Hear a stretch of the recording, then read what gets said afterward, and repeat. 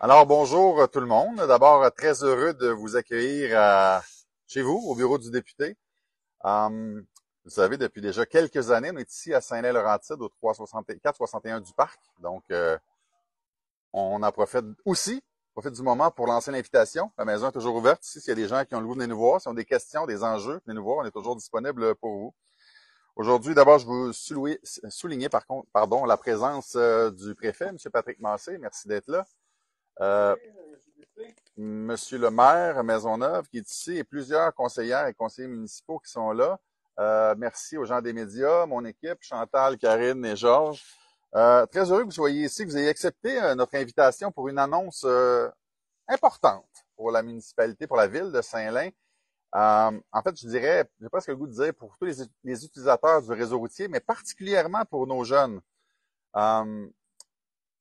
Je suis heureux de vous annoncer aujourd'hui, au nom de Mme Geneviève Guilbeault, vice-première ministre, ministre des Transports et de la Mobilité durable, qu'on vient de faire le lancement de l'appel d'offres pour la poursuite des travaux de réaménagement de la route 335, incluant l'aménagement d'une voie de virage à gauche dans les deux sens et d'une piste polyvalente.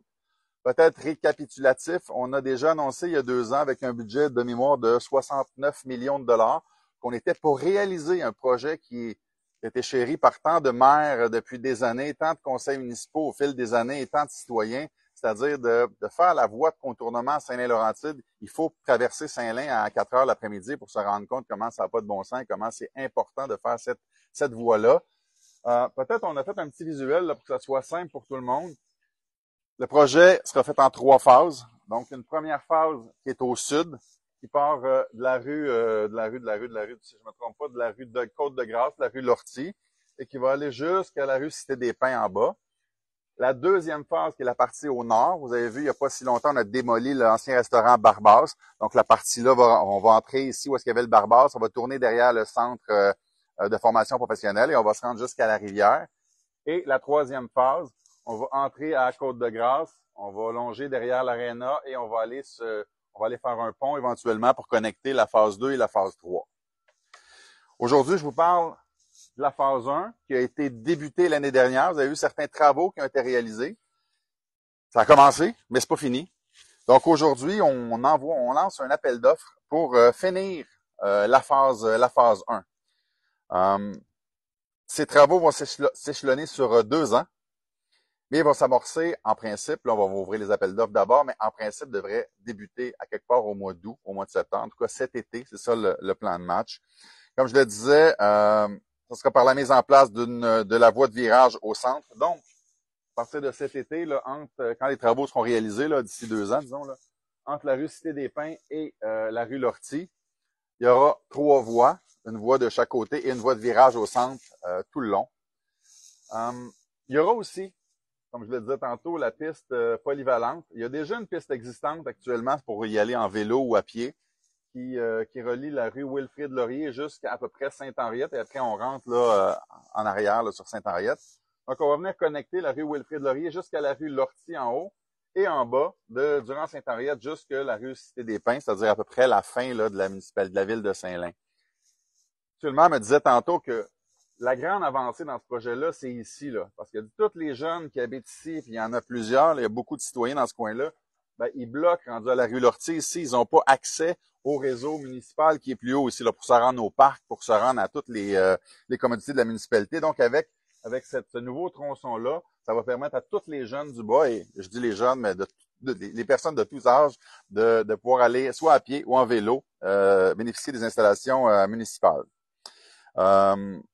Donc, je disais, en plus d'accroître la sécurité, ces interventions contribueront à une meilleure gestion de la circulation, bien sûr, et en augmentant la fluidité des déplacements, tout en considérant les besoins de tous les utilisateurs du réseau routier, comme je le disais, tant les piétons que les cyclistes. Donc, pour notre gouvernement, la sécurité des piétons, pardon, on va couper ça, les piétons. Donc, pour notre... Pardon? C'est en temps direct? Bon. Alors, le plaisir du direct. Donc, pour notre gouvernement, la sécurité des piétons et des cyclistes est primordiale. Donc, le réaménagement de l'axe principal qui traverse la ville de Saint-Lin-Laurentide est une occasion de redéfinir les besoins de chacun et de mettre en place des mesures qui ont fait leur preuve en termes de sécurité Il faut d'ailleurs aussi saluer la collaboration des partenaires, des citoyens, de la municipalité qui sont grandement investis pour revitaliser ce secteur. Donc, je vous remercie. Ça sera tout pour moi. On pourra prendre les questions à la fin s'il y a des questions.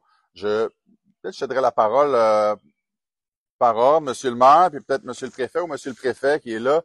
Monsieur le préfet, vous allez prendre la parole quelques secondes. Après ça, on pourra céder la parole à Monsieur le maire pour la suite.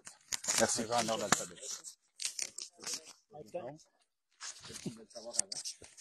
Quand ça, tu es pas direct. Bonjour, on est en direct, bonjour.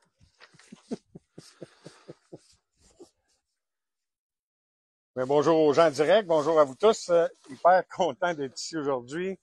Je veux remercier notre député lors de cette une fameuse incident qui est arrivé. On s'est parlé plusieurs reprises là, pour sécuriser cette portion-là. Je suis très heureux aujourd'hui de cette annonce-là. Donc, félicitations, M. le député, mais félicitations aussi au conseil de la Ville de Saint-Lin d'avoir pris ça à main levée puis de déposer. Aujourd'hui, c'est une très grande victoire. Là. Puis, au-delà de ça, de la victoire, je pense qu'on vient de sécuriser un secteur qui était très problématique depuis plusieurs années.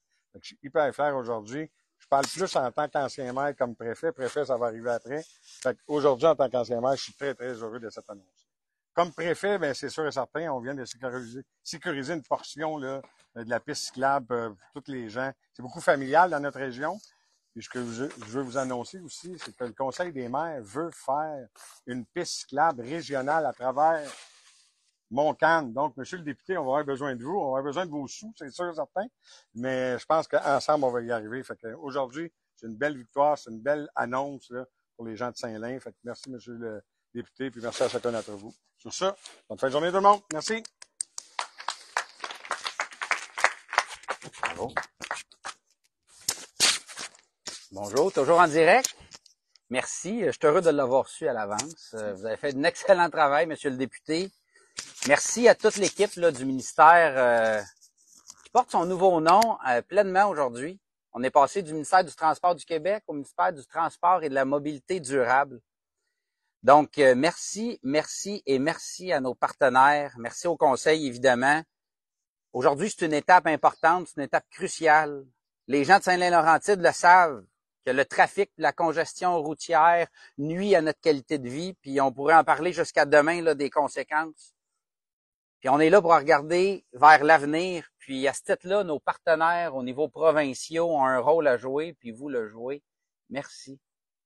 Ça aura pris malheureusement un drame pour mettre en lumière la réalité de l'aménagement du territoire qui peut être déficient pour ceux et celles qui veulent avoir de la mobilité durable. Les gens qui veulent se déplacer autre qu'en voiture ou en VUS, c'est problématique sur Saint-Lin-Laurentide, mais c'est pas juste à Saint-Lin-Laurentide.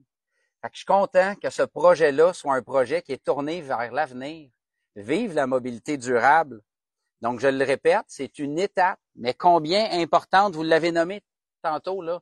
Il y a des milliers de personnes, des familles, des jeunes, des moyens comme nous, puis des moins jeunes, qui veulent aller partout sur le territoire à Saint-Lin-Laurentide. Puis je pense, là, vous l'avez nommé tantôt, Monsieur le député, les plateaux sportifs qui sont au cœur de la ville. Ben, les gens du Sud vont pouvoir se déplacer de façon sécuritaire, enfin, jusqu'à cet endroit-là.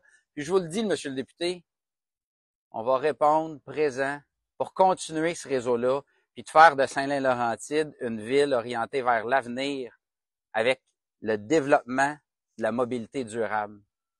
Fait que déjà, le Conseil de ville de Saint-Lin a accepté de prendre en charge tout l'entretien de l'éclairage que le ministère a bien voulu mettre pour s'assurer que le niveau de sécurité soit à la hauteur dans cette piste-là. Puis je peux vous dire qu'on va continuer à travailler ensemble pour faire de Saint-Lin une ville sécuritaire. Puis tout le monde a un rôle à jouer. Le conseil à Saint-Lin-Laurentide, le conseil des maires de la MRC, puis le député. Puis je vous dis merci parce qu'aujourd'hui, vous faites votre travail. Puis je peux vous dire que c'est pas juste aujourd'hui que vous le faites. Puis toute la communauté de Saint-Lin-Laurentide, ben, vous dit merci, puis moi le premier. Fait que merci à tout le monde, puis on se voit sur le chantier.